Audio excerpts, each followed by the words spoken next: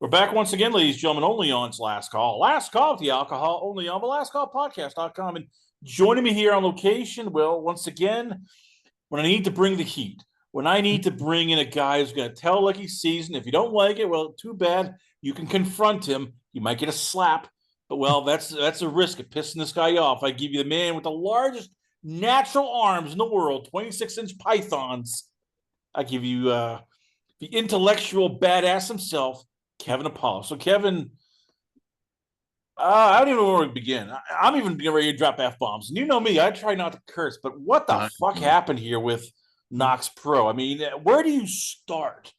Because Dude, this is almost like something no, out of a Hollywood horror movie where it's like, how did it get this bad? Where the hell is Rikishi? Who thought this was a good idea in the first place? And how are we lucky that the poor guy didn't get killed? exactly. Listen, this is a disaster from top to bottom. Um, this is so there's a lot of things at play here.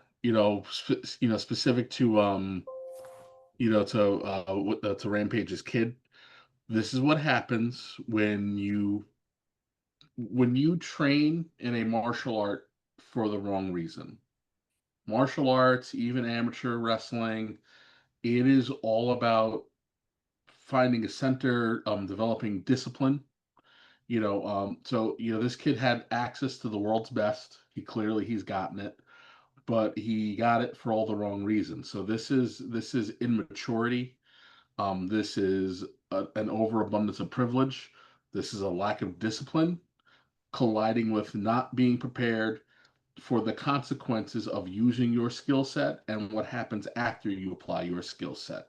This kid beat this guy pretty much half to death. He turned his face into paste, knocked out teeth.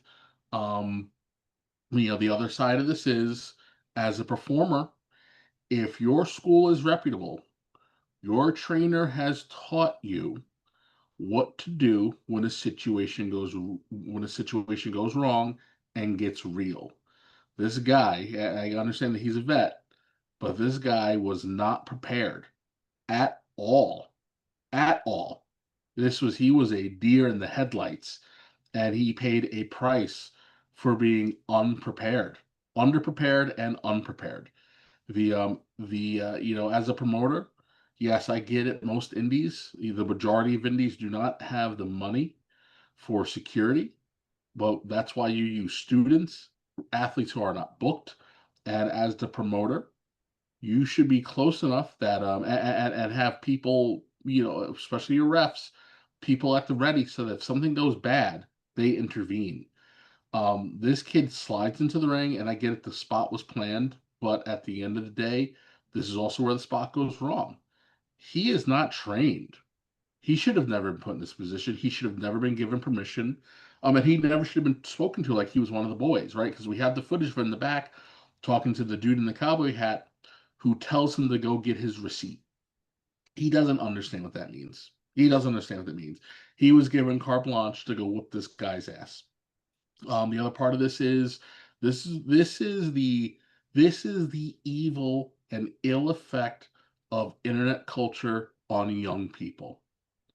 He's sitting there, what as the kids say, he's over there crashing out over nonsense, and his followers are over here gassing him up and putting him in a mind space where he's going to go do something real effing dumb. Back to the security part of it. If you don't have security, that means you need to be able to be prepared to act. He does the double leg takedown. He gets one. It's apparent right out the box. Boom! Stiff shot. Stiff shot. Stiff shot. That's three. Before he got the third shot off, at the very least, the fourth shot off, that locker room should have emptied out. It should have emptied out. He should have been pinned down. I don't care how many shots he gets on one or two people. He can't stop. He cannot stop four or five or six grown ass men. No one moved. And for me, this is another big problem with the current state of wrestling. Wrestling has a lot of guys who want to play badass, but no one actually wants to be a badass. The wrestling has a lot of guys who want to say that they're an athlete, but we don't have a lot of athletes. The this is this was just a fucking disaster. And now you got a guy who has more medical bills and will have trauma up the wazoo. Thank God for Mr. Beast, for paying this guy's, for paying this guy's medical expenses. And now you have a kid who's probably going to be doing some jail time over bullshit. First of all, I don't even understand why, as a performer, you would want to throw a can at someone to begin with. Which was part of the whole impetus behind this. And if this was the promoter saying, "Hey, we're going to string together a storyline," how do you not vet this kid ahead of time? He should have spent time in the ring. You're going to do a storyline with someone who's not a wrestler. You prep this. Sorry, folks, to tell you how the sausage gets made. This is prepped weeks, if not months, in advance. I helped train Lennox Lewis. My school was Darren Orvanovsky's main hub for when he was seeking out talent for the wrestler. You spend a lot of time, and I've helped football coaches, like we do shows in high schools. The everybody's favorite teacher, town supervisors, whatever. If they want to get involved, you have to bring them through the super basics. You have to make sure that they understand how it works, why it works, and frankly, how it feels. The so that one, they can tell you right at the box if they're comfortable with proceeding, but also it helps them develop a respect for what you do. And generally, I would tell you that 99.999 times out of 100, when you take someone who doesn't understand the sport and disrespects the sport, once you put them through just one day of training, their perspective is radically different from the time they walked into 2 hours later when they walk out. Sometimes it's even less. Usually it's around the first time they take a bump and they get the feel they get the feeling of being in a small car accident. Do they realize, oh wait, there's more to this than what we've seen on TV? So how you tell him, hey, this is what we're going to do, how you don't have someone next to him, keeping him level-headed, because sometimes, yes, adrenaline does kick in, and you potato the shit out of somebody when you don't mean to. You get a little too caught up in the moment. There should have been someone there, keeping him calm and breaking this down for him and going, "This is exactly what you're going to do." And yes, you're gonna double leg takedown, 1-2 hammer blows, 1-2 hammer blows, and then someone's going to be there to pull you off. Right? Clearly, none of this happened. So, which brings me to my bigger part. It's crazy because it's Rikishi's thing. This is what happens when a promoter or the booker is too busy marking out for a situation instead of managing the situation. Oh, we got Rampage Jackson's kid, man. This is going to be awesome. We're going to get him in here. This kid's going to be a star. He's going to do so much for us. And now you got a guy in the freaking hospital and a kid about to go to jail. And yes, what's the Raj? Roger. He made the conscious decision to go about it the way he did. Right. I say this all the time. Your your your skill set is a tool, no different than a shovel, no different than an axe, and at the end of the day, no different than a pew pew. Right. It is the user who decides how those tools get used. So, 100 times, 100 times out of 110, a good person is always going to do the right thing with their tools. You can't do anything about someone who has ill intent. The only person who can stop a person with ill intent is someone with good intent of the same skill set, with the same access to tools, right? The this just should have never been a possibility. A lot of people need to be getting in trouble along with this kid. I get it. He made his own decisions. He's going to suffer his own consequences. He's learned a very hard lesson, but there are a lot of people who are to blame for this, and it starts at the tippy top. Frankly, it starts with Rikishi. And then it goes to everybody else in that locker room who sat on their asses or were too busy playing video games or were too busy smoking out in the back. This is why, so going back to the last conversation we had, this is also why you should be paying attention to the show while the show is on. Because anything can happen and you don't know when you are going to be needed. This is why certain things, certain protocols, certain habits exist within the confines of the sport. And when you deviate from that and you allow people who don't know what the fuck you're talking about to dictate how you operate, shit like this happens. This is disgraceful. Mark Henry has blamed this incident on Psycho Stu, saying, "Hey, he should have hit Rajah Jackson with beer can in the first place." Hmm? We've had RVD come to his defense, saying, "Hey, he has CTE. They shouldn't have been put in this." They're I'll both tell them correct. both to go fuck themselves because he is throwing 20 punches. Like at some point, any decent human has to know I am really hurting this guy. Like as you said, teeth are coming out of his face. It sounds like almost.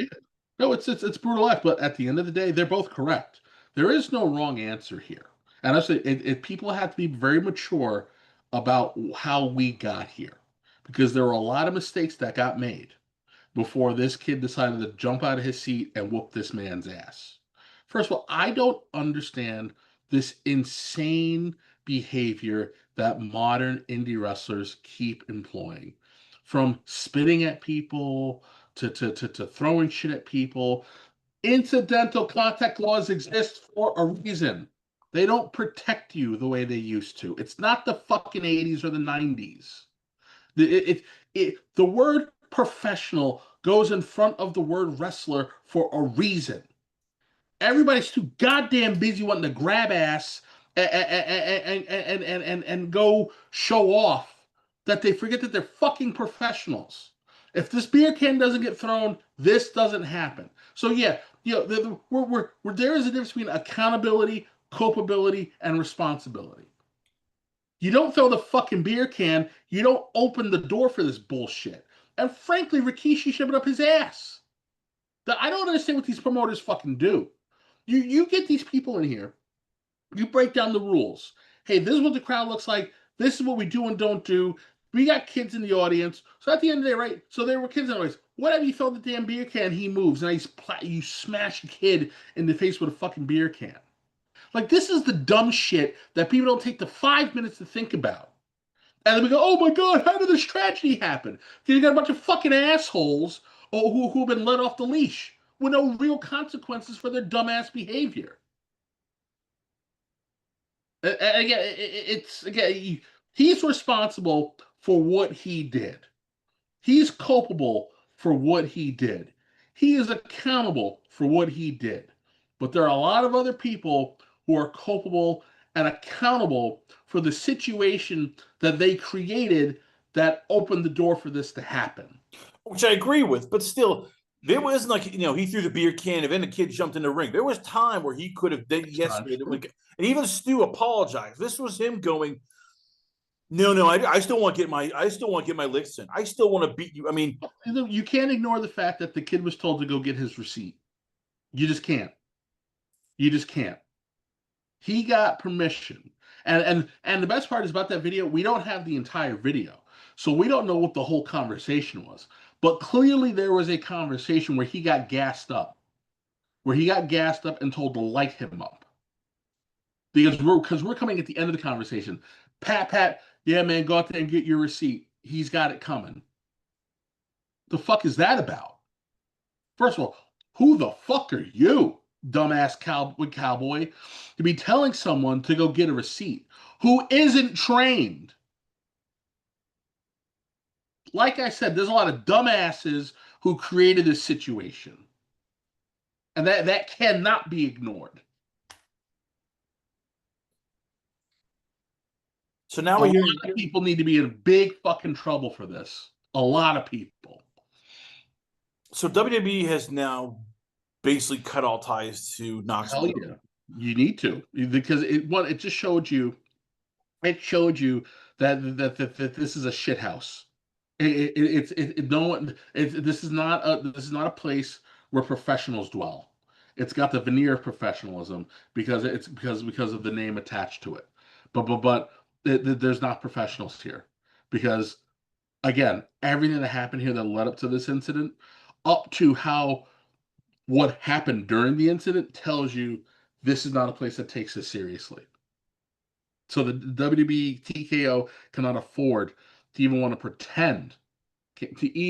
pretend to stand anywhere near this. It doesn't matter that it's Rampage's kid and that this made national news because his daddy's famous. If this was just Joe Boom who lost his damn mind, it's the same thing. This is not a place that takes this sport seriously or the consequences of bringing people into the sport. This is why wrestling had gatekeepers. This is why wrestling needs its gatekeepers back. You do not get in unless someone, well, listen, it used to be you didn't get in unless someone invited you in. And then if someone invited you in, you had to prove yourself. I'm not saying go and break someone's effing leg, but we do need to get back to telling people, nah, bro, this isn't for you. We got too many schools out here run by people who haven't done a fucking thing, but have all the opinions on the planet.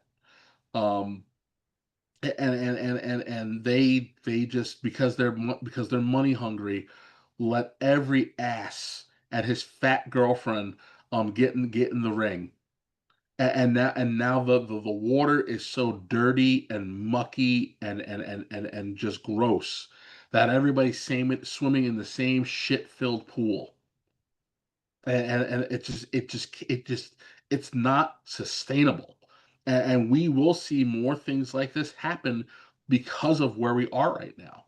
How many times you watch some idiot jump off the rope and land on his head? Or we had a guy freaking die of a heart attack in the ring just a couple months ago, and they fucking finished the match. And they try to they try to excuse by saying, well, the ambulance took 20 minutes to get there.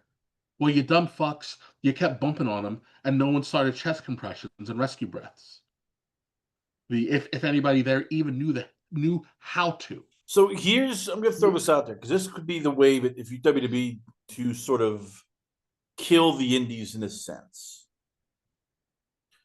TKO back in the day when they went to New York City and said, all right, look, there needs to be insurance laws, there needs to be things passed. And what we got was any boxing promoter needs to have $1 million policy for every fighter to cover them for concussion or traumatic brain injury.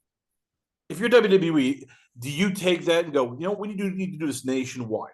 We need to, as you said, gatekeep so that we don't have these indie schools, fly by night, as you call them, who, for $600, they can literally get a full crew, get a bunch of kids who will kill themselves. And as you said, just, if somebody dies, we don't have to worry about it. We've skipped town, we've gone to the next town. I mean, is it time for TKO and promotions to go, we need to literally make sure that indie garbage, mud show, bullshit promotions cannot exist? The best way to do that is not going after the promoter, going after the wrestlers. Wrestling licenses need to be a thing again. Because you see this garbage in New York State. New York State has some of the worst, most onerous rules and regulations on promoters. All it really does is stop a small business operator from being able to function and potentially thrive and grow. The onus needs to be on the talent. We're talking independent contractors. So you need to treat independent contractors like independent contractors. If I go to get someone to build a deck on my house, if they don't have the proper insurance, they don't have the proper certifications, they're not doing work for me. The it should be no different. Should be no different than for your wrestling talent. We had wrestling licenses for a reason. So you should be able to, one, probably pass a physical, and maintain a certain kind of credential, and that includes your behavior in and out of the ring, so that if you got to do something like so that when it comes time to performing, you are only dealing with the actual professionals.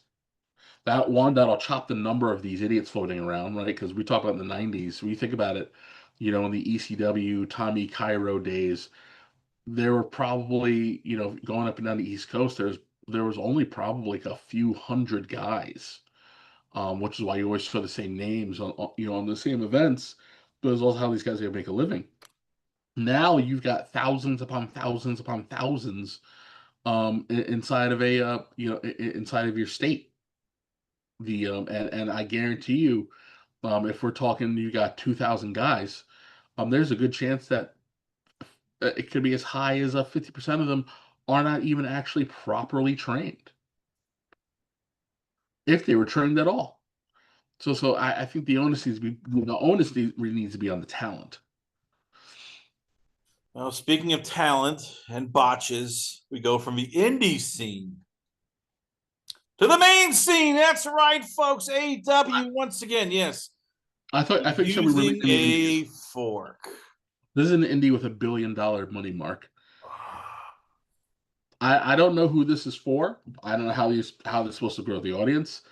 I don't know what this is supposed to do other than pop the assholes who are doing it. This shit doesn't really work in Japan anymore. You know, I know we're supposed to say that Abby's a legend, but you got to do a deep dive to really know who Abby is. And people don't like getting hepatitis. So this is just garbage. Let's face it, Abby was also a fat guy who really couldn't move, so you need to rely on this. Yeah, exactly. But so we're allegedly Moxley's supposed to be an athlete. Allegedly Darby's supposed to be an athlete. So why are we stuck relying on this nonsense? Who is this for? Who is this for? What audience are you trying to appeal to right now, other than creepy fetishists? Because that's who's jumping on this shit. What network? What network executive is going to watch this and go, "This is worth my investment"? You think David Zaslav is seeing this and going, "Oh my God, this is great"? After losing the UFC to Paramount, who had less money than Warner Brothers, it's like, so you think this is what they want to? You think this is what they want to build a flagship around? Oh, this wasn't even the worst part. The worst part was basically one of the Gates of Agony did to Michael Oku, who, by the way, not an AEW wrestler. He's not contracted. It was a loaner from Rev Pro in Britain. Did a pounce where he landed almost face first onto over the top rope and onto the padded concrete floor. We then had the guy who, oh, by the way, you remember the grind? Oh, yes, Will Ospreay. Hey, he wanted to show he can grind. So he decided to do a moonsault off the top rope while his doctors have said, hey, you have some bulging discs that are cutting into your neck and spine. You need to get this fixed. Off the top rope onto a bunch of wrestlers from the cage. Kevin, I keep asking you this, and I know you keep saying, no, if they lose their TV deal, it's bad for wrestling.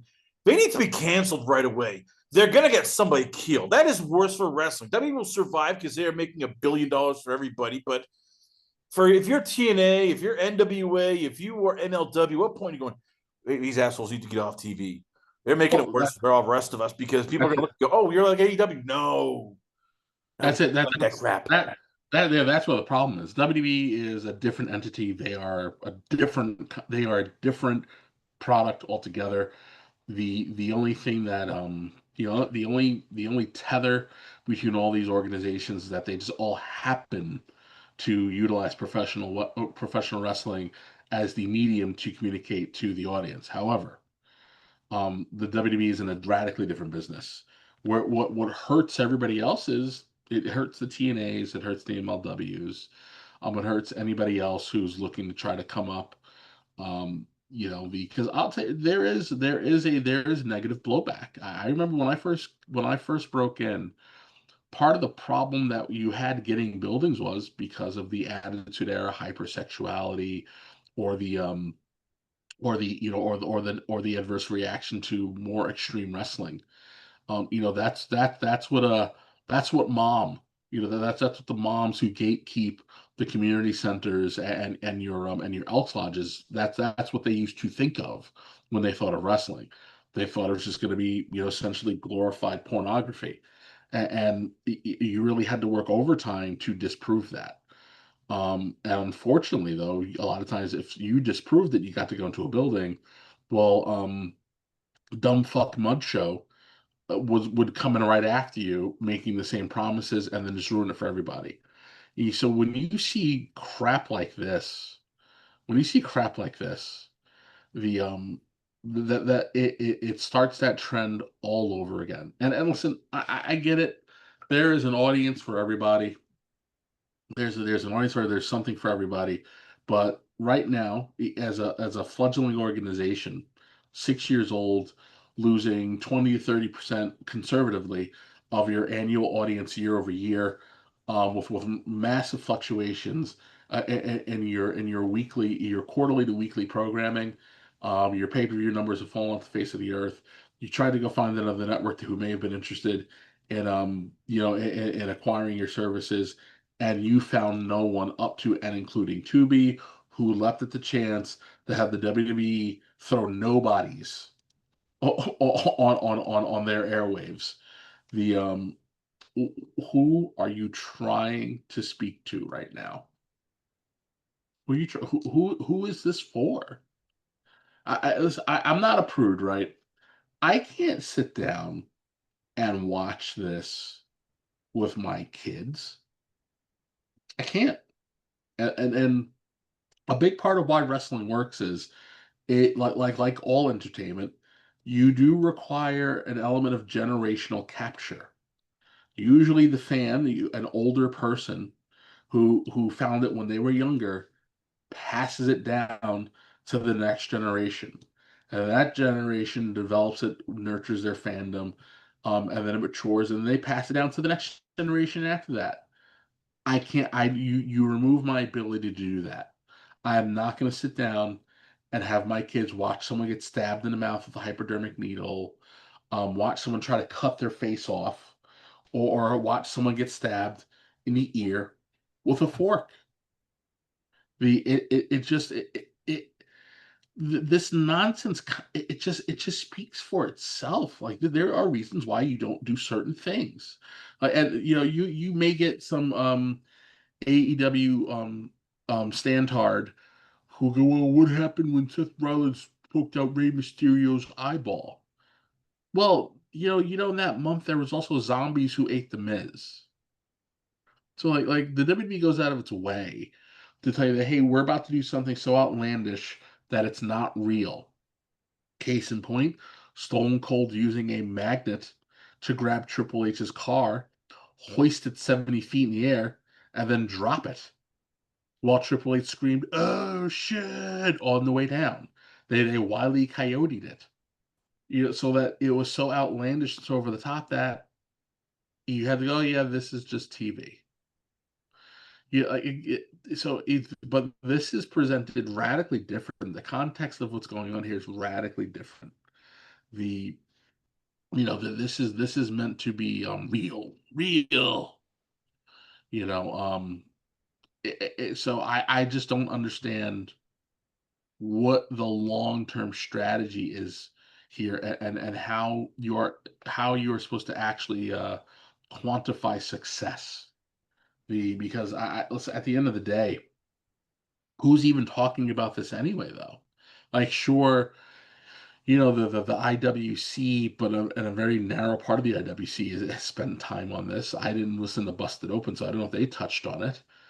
But who's going to be talking about this? Wrestling is a creature driven by moments. Um, so once we get into next week, 2 weeks from now, who's even going to be talking about this other than when someone needs to do an eye roll cringe face at something that happened on AEW? No one's going to be talking about this fondly in 5 years, 10 years, 15 years, 20 years. Well, I know you're getting all riled up, so we're going to end on some positive news, because you deserve some positive news. This weekend, the final pay-per-view, or PLE, for the month of August, WWE presents Clash in Paris. As of now, it's a 5-match card. And they're teasing maybe add another match here or there, but consider what has gone wrong for WWE. Like, they had it was Naomi who's going to defend her title. Nope, she got pregnant. Congrats to Naomi, by the way, and Jimmy Uso. Considering that, there was probably some outside chance they're hoping Brock Lesnar would come to Paris. No, Brock doesn't do Paris. French, no, you're not masculine enough there for Brock Lesnar. We're getting a fun little card. It's John Cena versus Logan Paul. You got Roman Reigns versus Vishufala Bronson Reed. Becky Lynch versus Nikki Bella for the WWE Women's Intercontinental Championship. Sheamus versus Rusev in a good old-fashioned Donnybrook match. And as you see, the main event, Seth Rollins versus CM Punk versus Jey Uso versus LA Knight. I can guarantee you this. Only 2 people will be booed this entire card. Logan Paul and Bronson Reed. Everybody else, this is, Riyadh season. This is the French. They're going to cheer and sing. How tough is that for the old school wrestler where it's like the fans aren't going to listen to you? You want to cheer these people? Maybe. You want to boo these people? Yeah, we don't want to do that. They're here for a celebration. They want to be part of the show, and there will be sing-alongs, maybe beach balls, and all the other shenanigans. Yeah, listen, if you're a professional, you roll with it. And I think the beautiful thing about the WWE audience that all companies should be trying to emulate is that the WWE fans, they more or less understand their role and the process now. Like, they'll boo who they have to boo, but as soon as the match is over, they're going to cheer for you. Or like when you come out, they're going to cheer for you because they're happy to see you. But when you do something dastardly, they'll boo the dastardly deed, and then they'll go back to cheering you. There's a level of engagement that can't be ignored. Sure, it may be annoying for people who aren't there, but I also say, well, it's kind of fun to see different crowds and see how different cultures react to certain things, right? Like a Japanese fan, especially old school Japanese fan, would look at American crowds and probably think we were a bunch of savages. Or an We American are. crowd watches As Japanese. Americans, that we are savages. We admit that. But and Americans looking at Japanese crowd going, why is no one making noise? Why are they sitting and clapping? So it's like it's fun to see different cultures reacting to the thing that we all love. That's the connecting thread. But the modern fan, again, also too, is very savvy in the sense of they know that they understand how they influence the story that's being told. And depending on where you are, some fans are super into it and will behave, according to what they think they need to be behaving like to tell the story, or they're gonna be ruckus and wild, and they're there to celebrate and get their moments in where they can get their moments in. I personally I do enjoy when they do these European shows because it is very different, and it's got to be a very cool feeling as a performer when you see it. The and again, if you are, I say it's like, yeah, sure, fine. Is it a little, it doesn't maybe throw your game plan off because you're used to getting certain things, but a a different kind of reaction is better than no reaction at all. So if you're getting a reaction, it means you've done your job. You've just done your job. It's I think that people who kind of like to jump on their high horse and start bitching about this stuff, that is something that you need to be keeping in mind. The job is to get a reaction of any kind. So if you're not getting it, that's your self-reflection moment. Aside from that, your job is to go along for the ride and just enjoy the story. The it's what made old school Raws when they would go to Canada so special, especially after the post screw job. For a long time, Canada was Bizarro land, Bizarro world. The heels got cheered and the faces got booed, with the exception of Stone Cold, who always got cheered. But like it was just the script was flipped. It's everybody's kind of settled in and kind of fallen back in line, so it's a little boring now. But that was just kind of the fun of it. That it was just well, guys, we're everything's different here. So let's see how this pans out. I say just fucking have some fun, man. Just have some fun. This shit's supposed to be fun. Let it be fun. Enjoy the neat Is Van this Gogh too painting. boring though? In Cool. terms of you look at a card, and this is my one of my criticism. Triple H is a promoter. He is very conservative. He doesn't believe in just sudden title match changes and chaos. This is, like I can tell you the script's what's gonna happen. John Cena's gonna beat Logan Paul. Rusev will finally beat Sheamus. Seth Rollins will retain his title because there'll be shenanigans. Becky Lynch will defeat Nikki Bella. The only one I'm not sure about is Roman Reigns versus Bronson Reed. And even then, I'm just like, yeah, Roman Reigns will probably win unless this is where he takes his 6 month vacation. So I guess if for those who are watching, how tough is it sometimes where it's like you're looking at this like, all right, there's gonna be no title changes. We know what's happening. I mean, this is predictable. That's what Triple H likes. Everything we're following the plan. It's gonna be predictable. I'm not gonna just throw wild, crazy chaos out there. This is predictable, long-term booking. I would say Triple H isn't booking for you. Triple H is booking for the 7 to 13-year-old who doesn't think about it as hard as we do. He's booking for the mom who's going to be bringing that 7 through 13-year-olds to the show. When they're back in the States, that's who Triple H is booking for. He's booking for the people who still are 100% consumed by the magic of it all. He doesn't care if you think it's predictable or not because he knows that if he wants to, he can make it very unpredictable. There's also times too where there is no reason to not be conservative.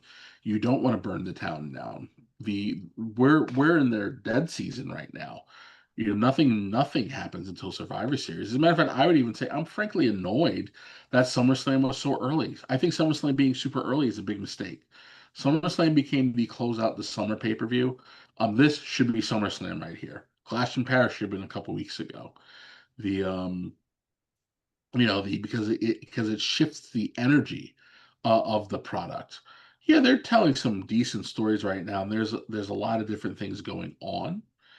But the energy level is different because SummerSlam is done. Like you pop the cork off of the bottle and everything's out, as opposed to, you know, this should have come first because that just would have been another thing where you're just shaking the bottle the entire time, and then finally let the cork pop once you come out of SummerSlam and start your slow season.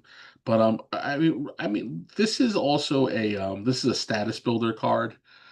This was reminding everybody that Jay, the number one babyface on both brands, is still, is a former heavyweight champion, and he is a main eventer.